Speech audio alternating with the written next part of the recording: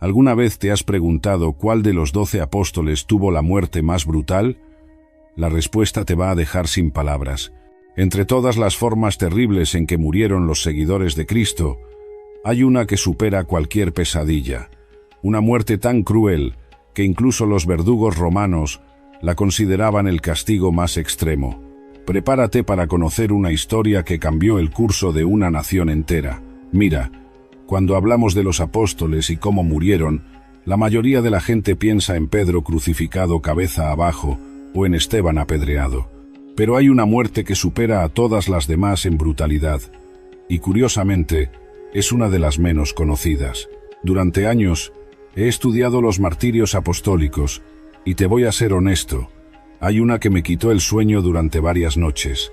No es solo por la forma en que murió, sino por las circunstancias y el testimonio que este hombre dio hasta su último aliento. La historia oficial de la Iglesia primitiva está llena de huecos. Los historiadores romanos no tenían mucho interés en documentar las muertes de lo que ellos consideraban fanáticos religiosos. Pero gracias a escritos antiguos, tradiciones que se mantuvieron vivas en comunidades cristianas remotas y algunos documentos que sobrevivieron a las persecuciones, podemos reconstruir lo que realmente pasó.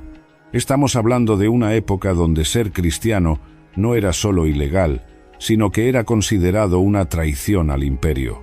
Los romanos toleraban muchas religiones, pero el cristianismo tenía algo que los ponía nerviosos. Era exclusivo. Los cristianos no solo adoraban a Cristo, sino que se negaban rotundamente a adorar al emperador. Esto creaba un problema político enorme. El culto al emperador era lo que mantenía unido al imperio. Era el pegamento social que hacía que personas de culturas completamente diferentes se sintieran parte de algo mayor. Cuando los cristianos se negaban a participar, no era solo un asunto religioso, era subversión política. Los apóstoles sabían esto perfectamente. Jesús mismo les había advertido en Mateo capítulo 10, versículos 16 al 22. He aquí, yo os envío como ovejas en medio de lobos, y seréis aborrecidos de todos por causa de mi nombre. No era una advertencia vaga, era una profecía específica de lo que vendría. Cada uno de los 12 enfrentó esta realidad de manera diferente. Algunos fueron ejecutados rápidamente, otros torturados durante días, pero hay uno cuya muerte fue tan brutal que incluso los soldados romanos, acostumbrados a la violencia, quedaron impactados. El nombre de este apóstol aparece en todas las listas bíblicas, pero su historia se perdió durante siglos en los rincones más remotos del mundo antiguo. Su martirio no ocurrió en Roma ni en Jerusalén, donde los historiadores estaban atentos. Sucedió en una región montañosa, lejos de los centros de poder, pero su impacto fue tan grande que transformó toda una civilización. Lo que vamos a descubrir juntos no es solo la historia de una muerte brutal, es la historia de un hombre que prefirió sufrir lo indecible antes que negar su fe. Un hombre que convirtió su agonía en el testimonio más poderoso que esa región había visto jamás. Para entender realmente lo que pasó, tenemos que conocer quiénes eran estos hombres que Jesús escogió. No eran superhéroes, eran personas comunes y corrientes con defectos, miedos y limitaciones como cualquiera de nosotros. La lista de los 12 aparece en varios lugares del Nuevo Testamento. En Mateo capítulo 10, versículos 2 al 4, encontramos sus nombres: Simón Pedro, Andrés, Jacobo y Juan, los hijos de Zebedeo, Felipe, Bartolomé, Tomás, Mateo el publicano, Jacobo hijo de Alfeo, Tadeo, Simón el cananita y Judas Iscariote. Cada uno tenía su personalidad única. Pedro era impulsivo, siempre hablando antes de pensar. Juan era el más joven, probablemente un adolescente cuando Jesús lo llamó. Tomás tenía esa personalidad escéptica que necesitaba evidencias. Mateo había sido recaudador de impuestos, traicionando a su propio pueblo por dinero romano. Pero entre todos estos nombres, hay uno que muchas veces pasa desapercibido: Bartolomé. En algunas listas aparece como Natanael, que muy probablemente era su nombre real, siendo Bartolomé un apellido que significa hijo de Tolmai. La primera vez que vemos a este hombre en acción es en Juan capítulo 1, versículos 45 al 51. Felipe encuentra a Natanael y le dice que han encontrado al Mesías, Jesús de Nazaret. La respuesta de Natanael es clásica. ¿De Nazaret puede salir algo bueno? Esta pregunta revela algo importante sobre su carácter. Natanael no era alguien que se impresionara fácilmente. Era un hombre que cuestionaba, que pensaba antes de creer. Cuando Felipe lo lleva ante Jesús, sucede algo extraordinario. Jesús lo ve venir y dice: «He aquí un verdadero israelita en quien no hay engaño». Natanael se sorprende: «¿De dónde me conoces?». Y Jesús responde: «Antes que Felipe te llamara, cuando estabas debajo de la higuera, te vi». Esta respuesta deja a Natanael completamente impactado. En esa cultura, sentarse bajo una higuera era sinónimo de meditación profunda, de búsqueda espiritual. Jesús no solo había visto su cuerpo bajo el árbol, había visto su corazón buscando la verdad. La respuesta de Natanael es inmediata y poderosa. «Rabí, tú eres el Hijo de Dios, tú eres el Rey de Israel». De escéptico a creyente en segundos. Así era este hombre. Cuando se convencía de algo, se entregaba completamente. Después de la ascensión de Jesús, cada apóstol tomó un camino diferente para llevar el Evangelio hasta los confines de la tierra. Pedro se quedó inicialmente en Jerusalén, luego fue a Roma. Juan también estuvo en Asia Menor. Tomás, según la tradición, llegó hasta la India. Bartolomé tomó una ruta diferente. Las fuentes históricas más confiables lo ubican predicando en Arabia, luego en Persia y finalmente en Armenia. Armenia era un reino estratégico entre el Imperio Romano y el Imperio Persa, constantemente disputado por ambas potencias. Lo que hace único a Bartolomé entre los apóstoles es que él llevó el Evangelio a una región donde nunca antes había llegado el cristianismo. No tenía comunidades judías establecidas como punto de partida, no tenía sinagogas donde predicar inicialmente. Llegó a un territorio completamente pagano, con sus propios dioses, sus propias tradiciones, su propia forma de ver el mundo. Este contexto es crucial para entender lo que vendría después. Bartolomé no solo estaba predicando una nueva religión, estaba desafiando todo un sistema de creencias milenario. Estaba poniendo en riesgo no solo estructuras religiosas, sino económicas y políticas. Los sacerdotes paganos de Armenia no eran solo líderes espirituales, eran parte del poder político. Los templos no eran solo lugares de adoración, eran centros económicos donde se realizaban sacrificios costosos, donde se vendían amuletos, donde funcionaba todo un sistema que daba de comer a muchas familias. Cuando Bartolomé llegó con el mensaje de que había un solo Dios verdadero, que los ídolos no eran nada, que la salvación era gratuita a través de Cristo, no solo estaba predicando teología, estaba atacando los cimientos de toda una sociedad. Para entender por qué la muerte de Bartolomé fue tan brutal, necesitamos meternos en la mente del Imperio Romano del primer siglo. Roma no era simplemente un gobierno, era una maquinaria perfectamente diseñada para controlar el mundo conocido. El genio de Roma estaba en su flexibilidad religiosa. A diferencia de otros imperios que imponían sus dioses por la fuerza, Roma adoptaba y adaptaba las religiones locales. Cuando conquistaban Grecia, incorporaban los dioses griegos. Cuando llegaban a Egipto, encontraban paralelos entre sus dioses y los egipcios. Este sistema funcionaba perfecto hasta que apareció el cristianismo. Los cristianos tenían una característica que ponía nerviosos a los romanos. Eran exclusivos. No decían, nuestro Dios es mejor que el tuyo. Decían, nuestro Dios es el único real, todos los demás son falsos. En el año 64 después de Cristo, bajo el emperador Nerón, comenzó la primera persecución sistemática contra los cristianos. Nerón los culpó del gran incendio de Roma y desató una cacería humana que duró años. Los cristianos fueron crucificados, quemados vivos como antorchas humanas en los jardines imperiales y arrojados a las fieras en el Coliseo. Pero la persecución no era solo cosa de emperadores locos como Nerón. Había razones políticas muy claras. El culto al emperador era obligatorio para todos los ciudadanos del imperio. Era una forma de demostrar lealtad política. Los cristianos se negaban rotundamente a quemar incienso ante la estatua del emperador. Para los romanos, Esto no era fanatismo religioso, era traición pura y simple. Era como si hoy un ciudadano se negara a reconocer la autoridad del gobierno. Por eso las ejecuciones de cristianos no eran solo castigos, eran espectáculos públicos diseñados para intimidar a otros posibles rebeldes. Los métodos de ejecución variaban según la región y el gobernador local. En Roma preferían crucificar o arrojar a las fieras.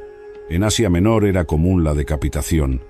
En África del Norte usaban la hoguera. Pero en las regiones fronterizas, donde el control romano era más débil, los gobernadores tenían carta blanca para usar cualquier método que consideraran efectivo. Armenia era exactamente una de esas regiones fronterizas. Técnicamente era un reino independiente, pero con fuerte influencia romana. Los reyes armenios necesitaban la aprobación de Roma para mantenerse en el poder, y esto creaba una situación muy delicada para cualquier movimiento religioso nuevo. Cuando los apóstoles comenzaron a dispersarse por el mundo, sabían exactamente a qué se enfrentaban. En Hechos capítulo 14, versículo 22, Pablo y Bernabé les dicen a los nuevos cristianos: es necesario que a través de muchas tribulaciones entremos en el reino de Dios. Esta no era teología abstracta, era una advertencia práctica. Seguir a Cristo en el primer siglo significaba arriesgar literalmente la vida. Por eso el martirio se convirtió en la máxima expresión de fe cristiana. No era algo que buscaran, pero tampoco algo que evitaran si llegaba el momento. Bartolomé conocía perfectamente estos riesgos cuando decidió ir a Armenia. Las comunicaciones entre los apóstoles no eran perfectas, pero las noticias de las persecuciones viajaban. Él sabía que Pedro había sido crucificado en Roma, que Jacobo había sido decapitado en Jerusalén por orden de Herodes Agripa. Aún así, tomó la decisión de llevar el Evangelio a una de las regiones más peligrosas del mundo conocido. Armenia no solo era territorio hostil para el cristianismo, sino que estaba llena de tensiones políticas entre Roma y Persia. Cualquier disturbio religioso podía ser interpretado como agitación política. Los sacerdotes armenios tenían razones muy concretas para odiar el mensaje cristiano. Sus templos generaban enormes ingresos a través de sacrificios, rituales de fertilidad, venta de amuletos y consultas adivinatorias. El cristianismo amenazaba directamente su sustento económico. Además, la religión armenia tradicional estaba íntimamente ligada con la identidad nacional. Los dioses armenios no eran solo objetos de adoración, eran símbolos de la independencia cultural frente a los invasores extranjeros. Cuando Bartolomé predicaba contra estos dioses, muchos lo veían como un agente de destrucción cultural. Esta combinación explosiva de factores religiosos, económicos y políticos creó el ambiente perfecto para lo que vendría después. Bartolomé no solo estaba predicando una nueva fe, estaba desafiando todo un sistema que había funcionado durante siglos. Ahora que entendemos el contexto, vamos a conocer mejor quién era realmente este hombre que Jesús describió como un verdadero israelita en quien no hay engaño. Esta descripción de Cristo no era casual, revelaba algo fundamental del carácter de Bartolomé. En la cultura judía del primer siglo, llamar a alguien verdadero israelita era el cumplido más alto que se podía dar.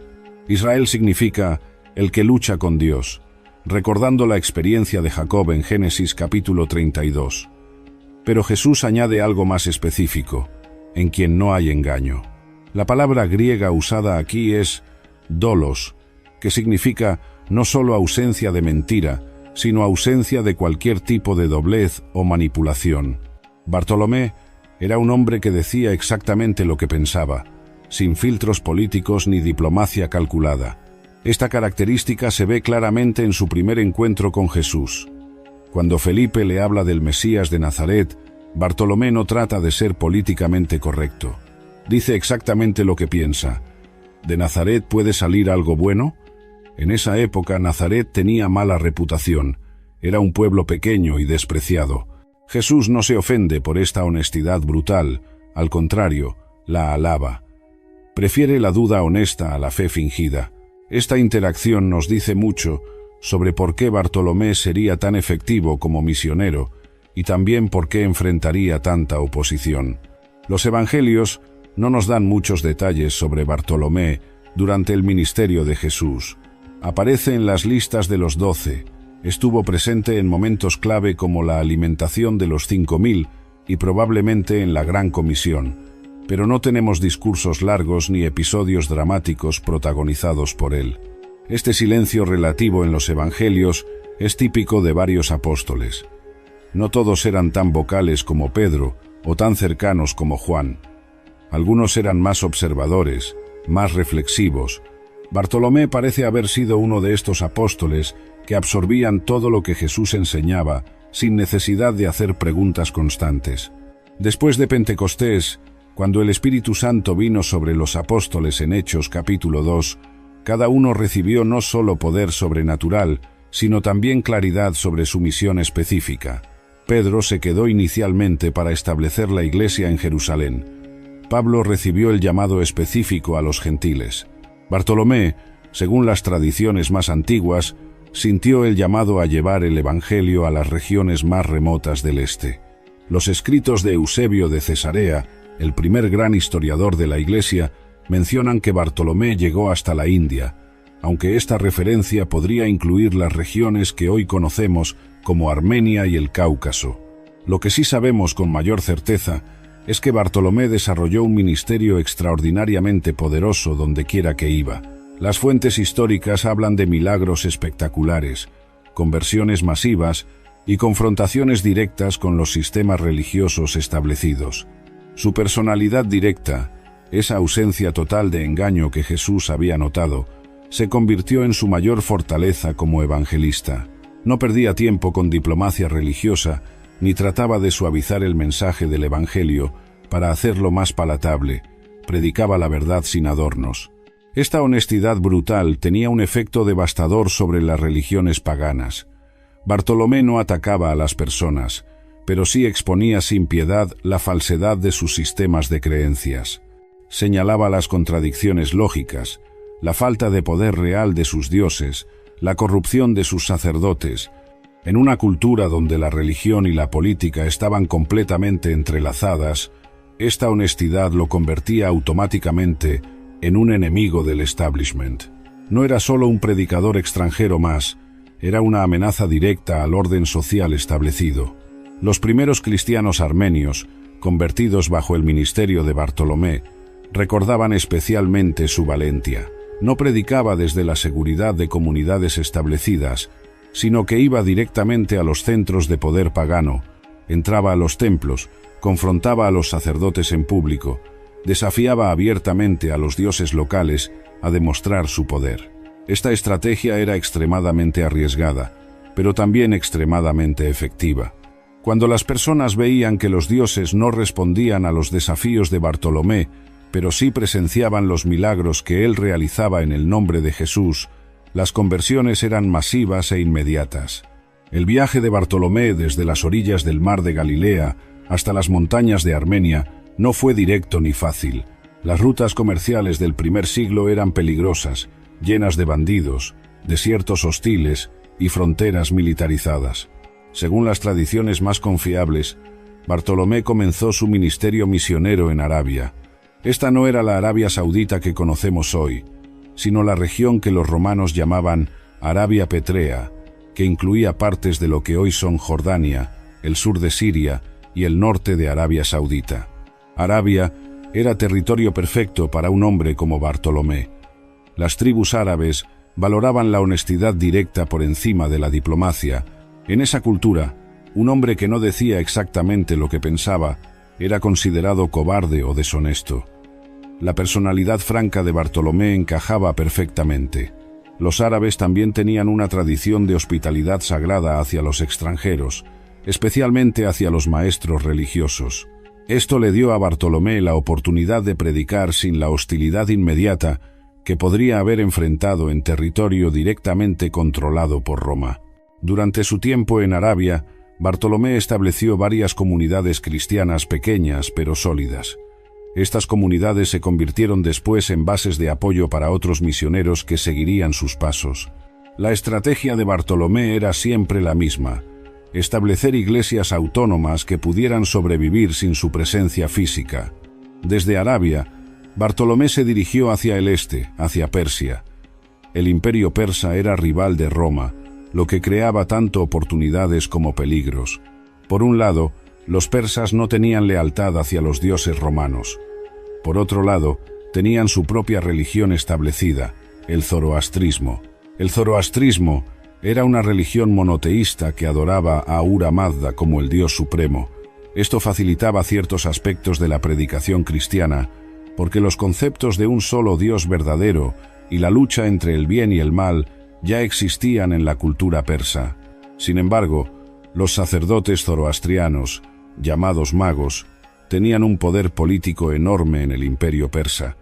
Eran consejeros de reyes, controlaban la educación, manejaban los tribunales religiosos. Cuando Bartolomé comenzó a predicar que Jesús era el único camino a Dios, estos magos lo vieron como una amenaza directa.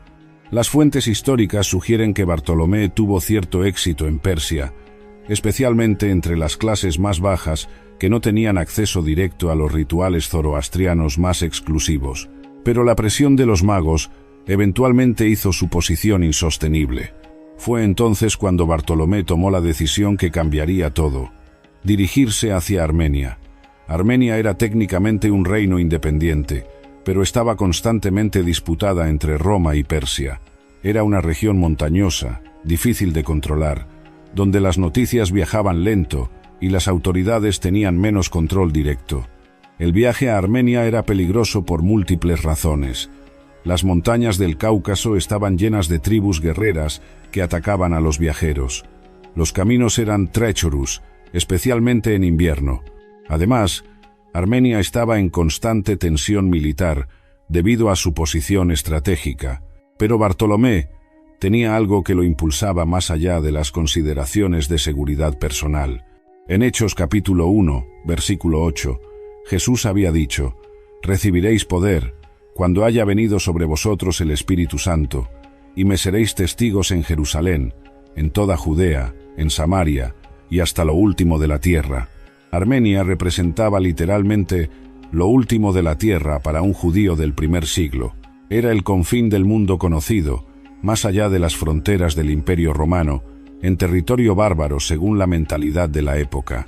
Cuando Bartolomé finalmente llegó a Armenia, probablemente alrededor del año 65 después de Cristo, encontró una cultura completamente diferente a todo lo que había experimentado antes. Los armenios tenían sus propios dioses, sus propias tradiciones, su propio idioma. La religión armenia tradicional era politeísta, con dioses para cada aspecto de la vida: dioses de la guerra, de la fertilidad, de las montañas, de los ríos. Los rituales incluían sacrificios de animales, prostitución sagrada en los templos y prácticas adivinatorias complejas. Los sacerdotes armenios no eran solo líderes religiosos, eran parte integral del sistema político y económico. Controlaban vastas propiedades de tierra, manejaban el comercio de animales para sacrificio y tenían influencia directa sobre las decisiones del rey. En este contexto, la llegada de un predicador extranjero que declaraba que todos sus dioses eran falsos no era solo un desafío religioso, era una declaración de guerra contra todo el establishment armenio. Cuando Bartolomé llegó a Armenia, no vino con un ejército ni con respaldo político. Vino con algo mucho más poderoso: el nombre de Jesús y el poder del Espíritu Santo. Lo que sucedió después cambió para siempre la historia de esa región.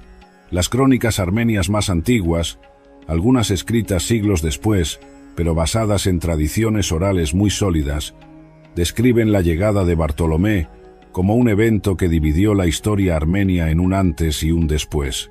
Armenia en el primer siglo era una sociedad profundamente supersticiosa. Los templos paganos no eran solo lugares de adoración, eran centros de poder donde se creía que los dioses literalmente habitaban. Los sacerdotes no eran simplemente líderes religiosos, eran considerados intermediarios directos entre los humanos y las fuerzas sobrenaturales. Bartolomé llegó a esta cultura y comenzó a hacer algo que nadie había hecho antes: desafiar directamente a los dioses en sus propios templos. Según las tradiciones, entraba a los santuarios paganos y declaraba públicamente que los ídolos no tenían poder alguno. En una cultura donde tocar un ídolo sin autorización podía resultar en muerte inmediata, este comportamiento era absolutamente revolucionario. Pero Bartolomé no solo tocaba los ídolos, los confrontaba verbalmente, declaraba que eran obra de manos humanas sin vida ni poder. Lo que hacía esto aún más impactante era que Bartolomé respaldaba sus palabras con demostraciones de poder real. Las fuentes históricas hablan de sanidades milagrosas, liberaciones de personas poseídas por demonios e incluso resurrecciones de muertos. El caso más documentado en las tradiciones armenias es el de la hija del rey Polimio de Armenia. Según estas fuentes, la princesa había estado enferma durante años, con una condición que los médicos reales no podían curar. Los sacerdotes paganos habían intentado todos sus rituales sin éxito. Cuando Bartolomé oró por ella en el nombre de Jesús, la sanidad fue instantánea y completa. Este milagro, presenciado por toda la corte real, causó una conmoción enorme en el reino.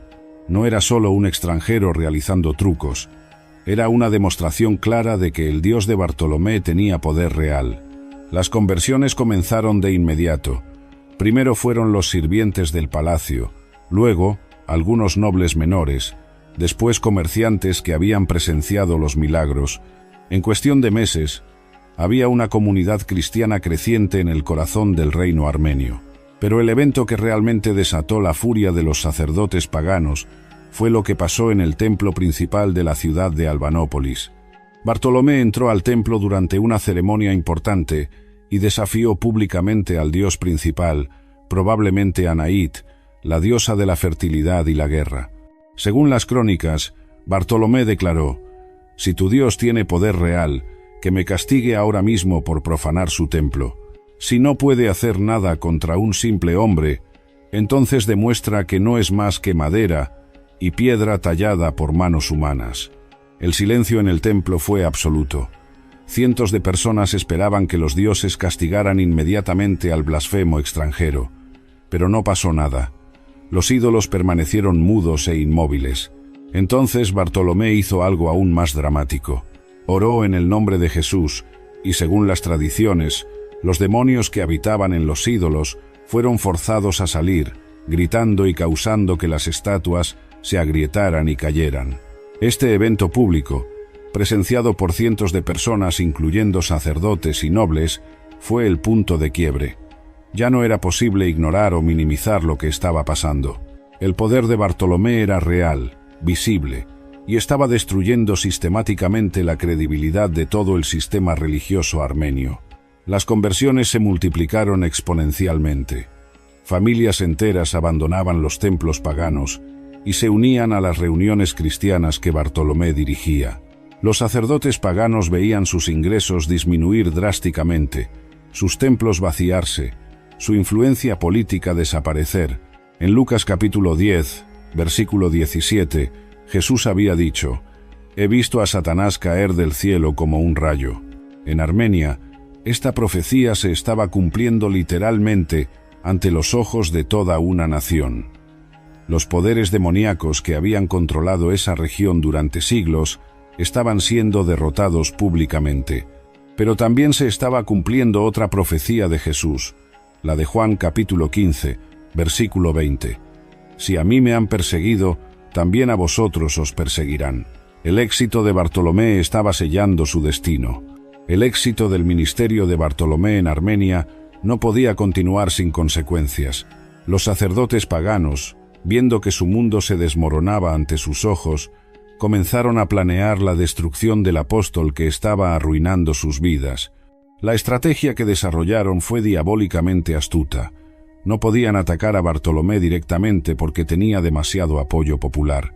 Las sanidades milagrosas y las liberaciones de demonios habían ganado la admiración de miles de armenios.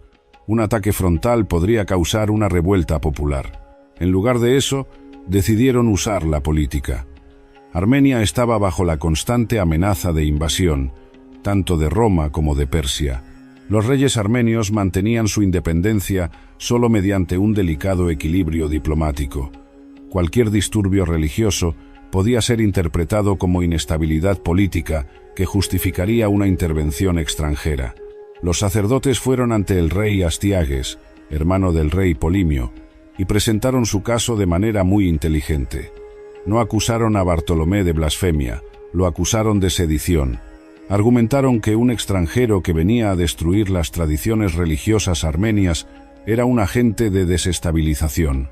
Este hombre, dijeron al rey, está destruyendo lo que nos hace armenios. Si permitimos que continúe, pronto no tendremos identidad nacional. Los romanos o los persas podrán conquistarnos fácilmente porque ya no tendremos la unidad que nos dan nuestros dioses ancestrales.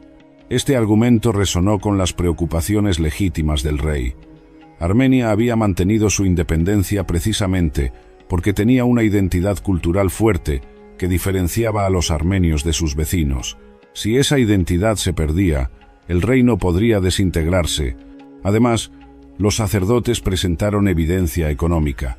Los templos armenios no eran solo centros religiosos, eran instituciones económicas que empleaban a miles de personas. Sacerdotes, guardias, artesanos, comerciantes, criadores de animales para sacrificio. La destrucción del sistema religioso tradicional amenazaba el sustento de una gran parte de la población. El rey se encontraba en una posición imposible. Por un lado, no podía negar que Bartolomé había realizado milagros genuinos, incluyendo la sanidad de su propia sobrina. Por otro lado, no podía ignorar las preocupaciones legítimas sobre la estabilidad del reino.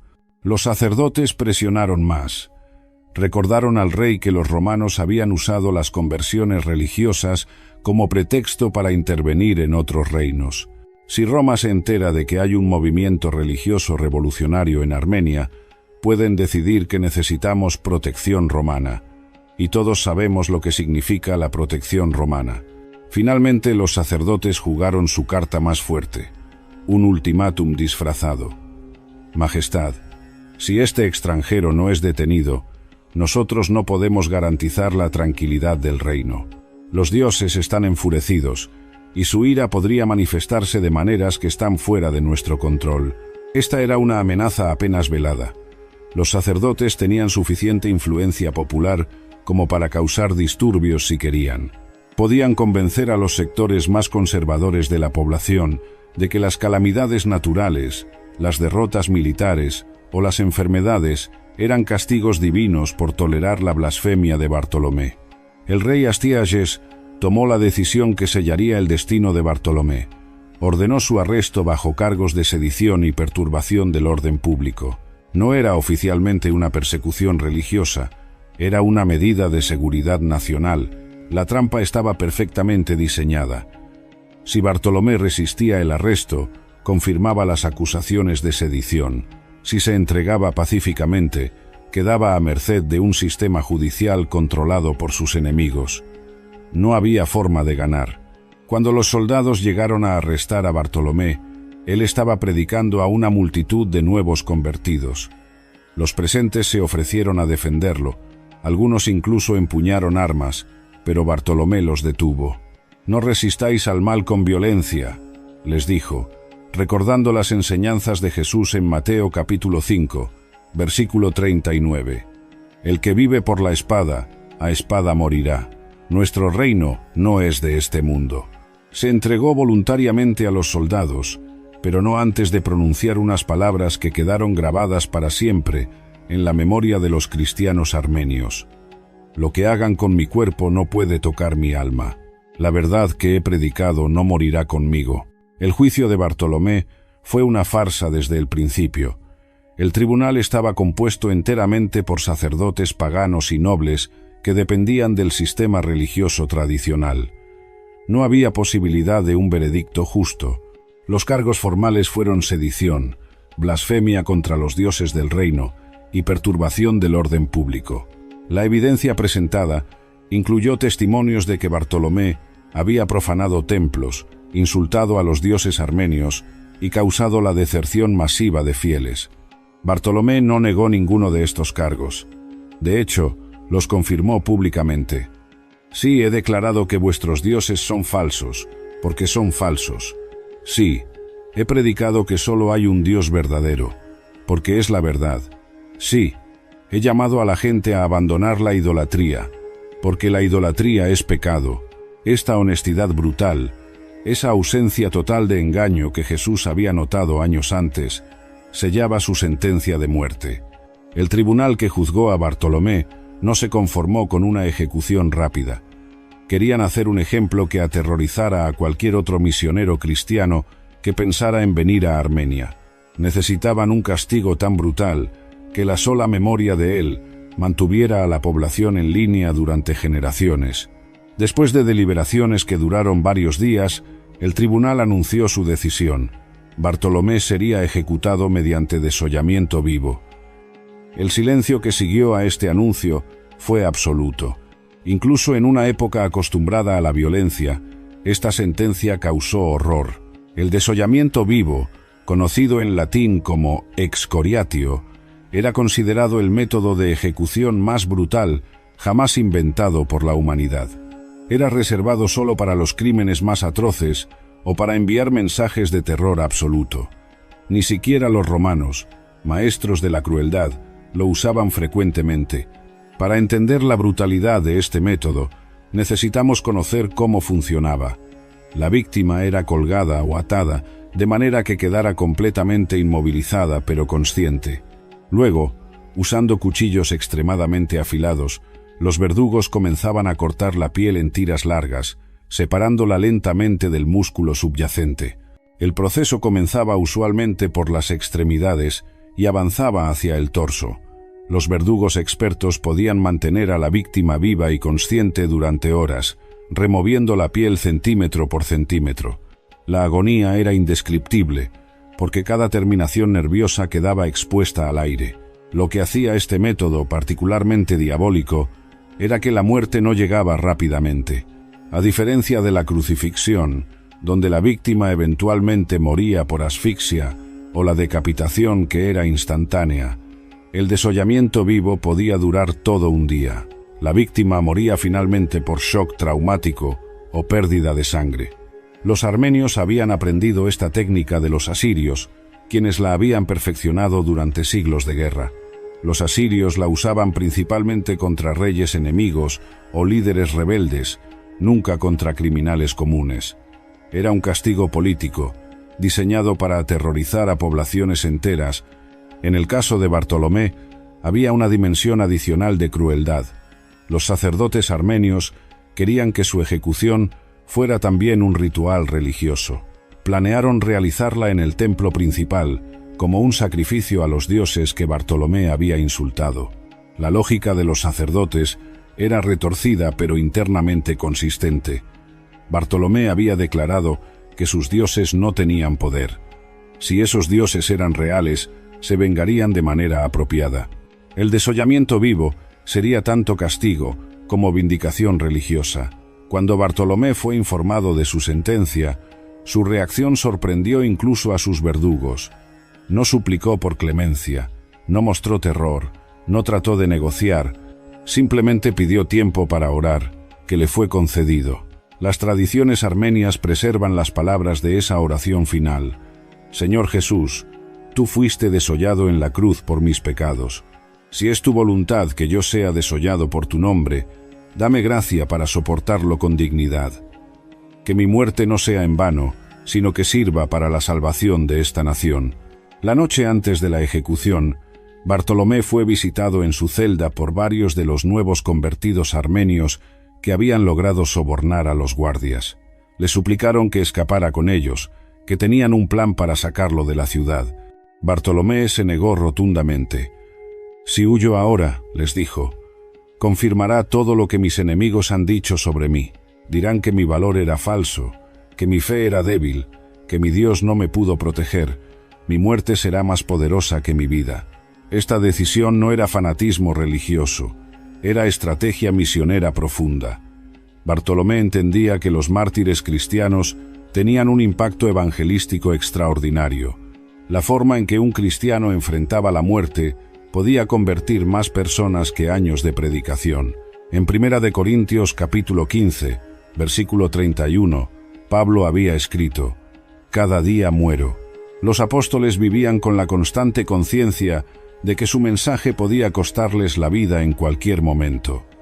Habían contado este costo desde el principio. Jesús mismo había preparado a sus discípulos para esta realidad. En Juan capítulo 16, versículo 2, les advirtió: «Viene la hora cuando cualquiera que os mate pensará que rinde servicio a Dios».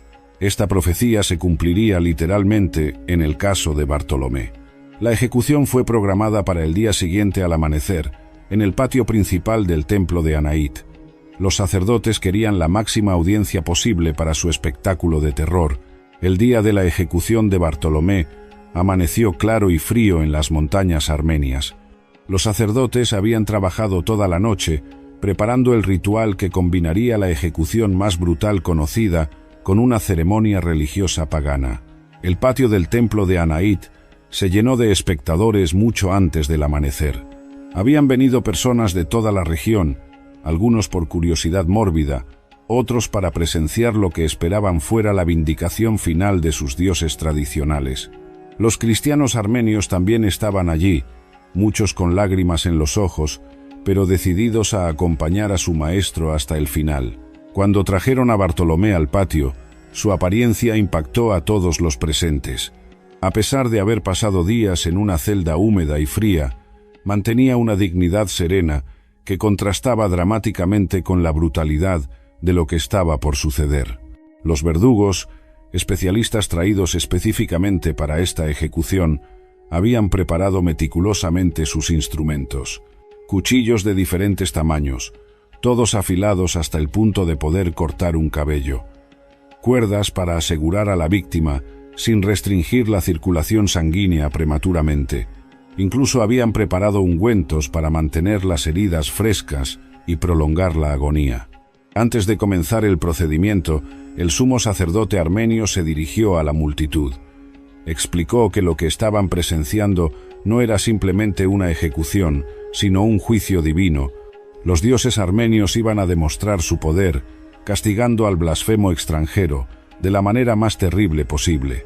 «Hoy verán», declaró el sumo sacerdote, «cómo nuestros dioses verdaderos tratan a quienes los insultan».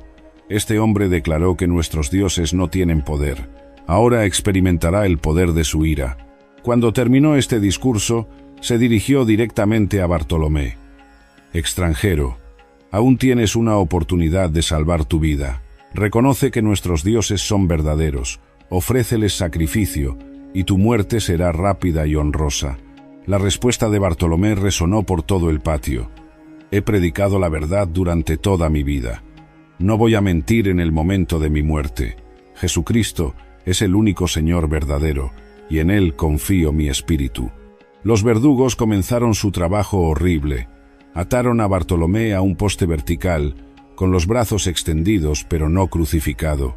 Sus pies tocaban el suelo, manteniendo el peso de su cuerpo y evitando la muerte rápida por asfixia que caracterizan la crucifixión. El primer corte se hizo en el antebrazo izquierdo. El cuchillo, extremadamente afilado, separó la piel del músculo con precisión quirúrgica. El dolor debió ser indescriptible, pero Bartolomé no gritó. En su lugar, comenzó a orar en voz alta. «Padre, perdónalos, porque no saben lo que hacen».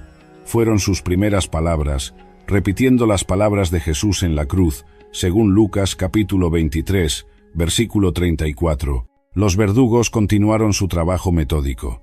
Cada corte era calculado para maximizar el dolor mientras preservaba la vida. La piel del brazo izquierdo fue removida en una sola pieza, exponiendo el músculo rojo y sangrante veniz. En lugar de maldiciones o gritos de agonía, de la boca de Bartolomé salían oraciones y declaraciones de fe. Cuando removieron la piel de su brazo derecho, recitó el Salmo 23. «Aunque ande en valle de sombra de muerte, no temeré mal alguno, porque tú estarás conmigo». La multitud estaba absolutamente silenciosa. Incluso aquellos que habían venido esperando un espectáculo de venganza divina comenzaron a sentirse incómodos. Nunca habían visto a alguien enfrentar tal agonía con tanta serenidad. Los propios verdugos, profesionales acostumbrados a los gritos y súplicas de sus víctimas, se encontraron perturbados por la reacción de Bartolomé. Un hombre normal estaría suplicando por muerte después de los primeros cortes. Bartolomé parecía estar experimentando algo completamente diferente. Cuando comenzaron a remover la piel de su torso, Bartolomé dirigió sus palabras a los cristianos armenios presentes en la multitud. «Hermanos míos, no lloren por mí. Lloren por aquellos que no conocen la salvación de Cristo. Mi sufrimiento temporal me lleva a la gloria eterna». Estas palabras causaron algo inesperado. Varios de los espectadores paganos comenzaron a llorar. Algunos incluso se apartaron de la multitud, incapaces de continuar presenciando el espectáculo. Los sacerdotes armenios se dieron cuenta de que su plan se estaba revirtiendo. En lugar de demostrar el poder de sus dioses, la ejecución se estaba convirtiendo en el testimonio más poderoso que el cristianismo había tenido en Armenia. Desesperados, ordenaron a los verdugos que aceleraran el proceso. Pero incluso mientras removían la piel de sus piernas, Bartolomé continuaba predicando. «Ven, Señor Jesús, recibe mi espíritu. Te entrego mi vida como tú entregaste la tuya por mí». En los momentos finales, cuando la pérdida de sangre finalmente comenzó a debilitar su voz, Bartolomé pronunció sus últimas palabras. «Armenos, he visto el cielo abierto. Jesús está esperándome. Búsquenlo, y vivirán para siempre». Entonces inclinó su cabeza y entregó su espíritu al Señor. El silencio que siguió fue absoluto. Incluso los verdugos habían dejado de trabajar, impactados por lo que habían presenciado. Nunca, en años de practicar su oficio brutal, habían visto a alguien morir con tal dignidad y tal paz. La muerte de Bartolomé no fue el final de su historia en Armenia, fue apenas el principio. Lo que sucedió después de su ejecución demostró que los sacerdotes paganos habían cometido el error más grande de sus vidas. El silencio que siguió a la muerte del apóstol fue roto por algo inesperado: llanto. Pero no era llanto de satisfacción o victoria, era llanto de dolor y arrepentimiento. Muchos de los espectadores que habían venido a presenciar la vindicación de sus dioses se fueron convencidos de que habían asesinado a un hombre santo. Los primeros en reaccionar fueron los propios verdugos. Estos hombres, profesionales endurecidos, que habían ejecutado a cientos de personas, declararon públicamente que nunca habían visto morir a alguien de esa manera. Su testimonio se extendió rápidamente por toda la región. «Ese hombre no murió como un criminal», dijeron, «murió como un dios».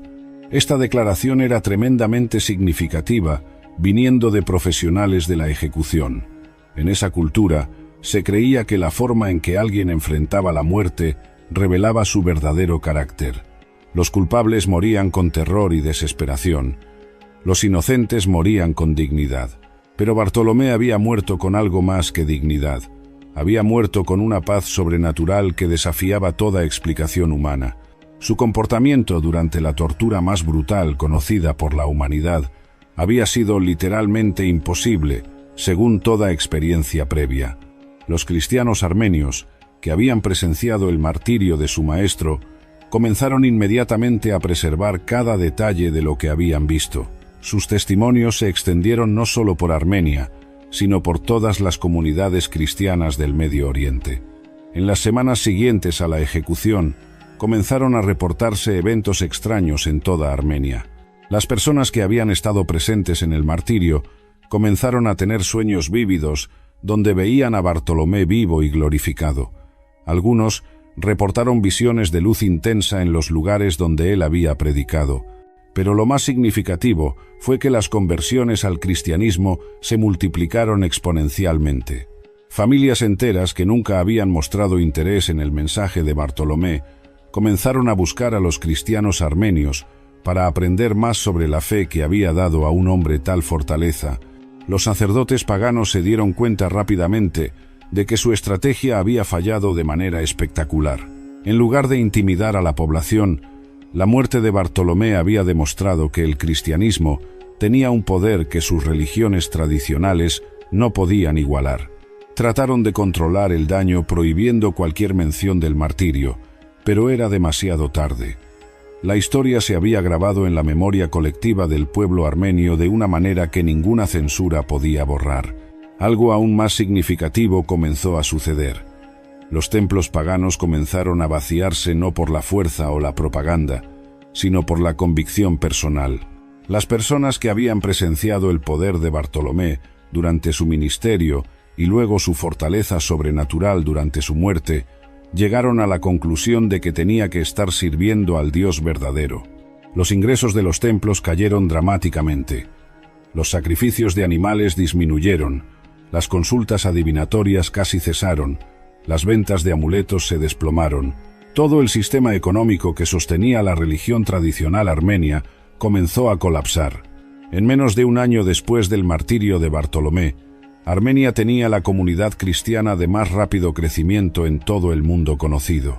Lo que había comenzado como un pequeño grupo de convertidos se había transformado en un movimiento que abarcaba todas las clases sociales. Los historiadores armenios registran que aproximadamente 20 años después de la muerte de Bartolomé, alrededor del año 85 después de Cristo, casi la mitad de la población armenia se había convertido al cristianismo. Esto era extraordinario para una región que no había tenido contacto previo con el judaísmo o el cristianismo. Pero el impacto más duradero de Bartolomé no fue el número de convertidos, sino la calidad de la fe que estableció. Los cristianos armenios se caracterizaron desde el principio por una devoción extraordinaria y una voluntad de sufrir por su fe que impresionaba incluso a otros cristianos. En el año 301 después de Cristo, Armenia se convirtió en el primer país del mundo en adoptar oficialmente el cristianismo como religión nacional. Este evento histórico se debió directamente al legado de Bartolomé y los mártires que siguieron su ejemplo. La tradición armenia preservó cuidadosamente el recuerdo de Bartolomé. Su historia se convirtió en el fundamento de la identidad cristiana armenia. Hasta el día de hoy, la Iglesia Apostólica Armenia venera a Bartolomé como su fundador y el primer mártir armenio. El lugar donde fue ejecutado se convirtió en un sitio de peregrinación. Se construyó una iglesia sobre el antiguo templo de Anahit, simbolizando la victoria del cristianismo sobre el paganismo. Esta iglesia se mantuvo durante siglos como un centro de adoración cristiana. La historia de Bartolomé también tuvo impacto más allá de Armenia. Su ejemplo inspiró a otros misioneros a llevar el evangelio a regiones igualmente peligrosas. Su testimonio se citó durante siglos como evidencia del poder transformador del cristianismo. En las cartas de los primeros padres de la Iglesia encontramos múltiples referencias al mártir armenio, cuya muerte había demostrado que ninguna tortura podía quebrantar el espíritu de un verdadero seguidor de Cristo. Pero quizás el legado más importante de Bartolomé fue demostrar que la verdad es más poderosa que la violencia. Los sacerdotes armenios habían creído que la brutalidad extrema podría destruir el cristianismo en su región. En su lugar, descubrieron que el martirio de un hombre de fe puede ser más persuasivo que 1000 sermones. En Juan capítulo 12, versículo 24, Jesús había dicho: de cierto os digo, que si el grano de trigo no cae en la tierra y muere, queda solo, pero si muere, lleva mucho fruto. La vida de Bartolomé fue la demostración perfecta de esta verdad espiritual. Su muerte no fue el final de su ministerio, fue su culminación. En sus últimos momentos de agonía indescriptible, predicó el sermón más poderoso de su vida. Sin palabras teológicas complicadas, sin argumentos filosóficos sofisticados, simplemente demostró que Cristo puede dar a sus seguidores una fortaleza que trasciende toda comprensión humana. Hoy, más de 2000 años después, la historia de Bartolomé sigue impactando vidas. Su ejemplo nos recuerda que la fe verdadera no se mide por la comodidad de nuestras circunstancias, sino por nuestra disposición a mantenernos fieles a la verdad sin importar el costo. El apóstol que Jesús describió como un hombre sin engaño, demostró que la honestidad total, incluso ante la muerte más brutal, puede cambiar el curso de la historia. Su legado perdura como testimonio eterno del poder transformador del Evangelio de Jesucristo.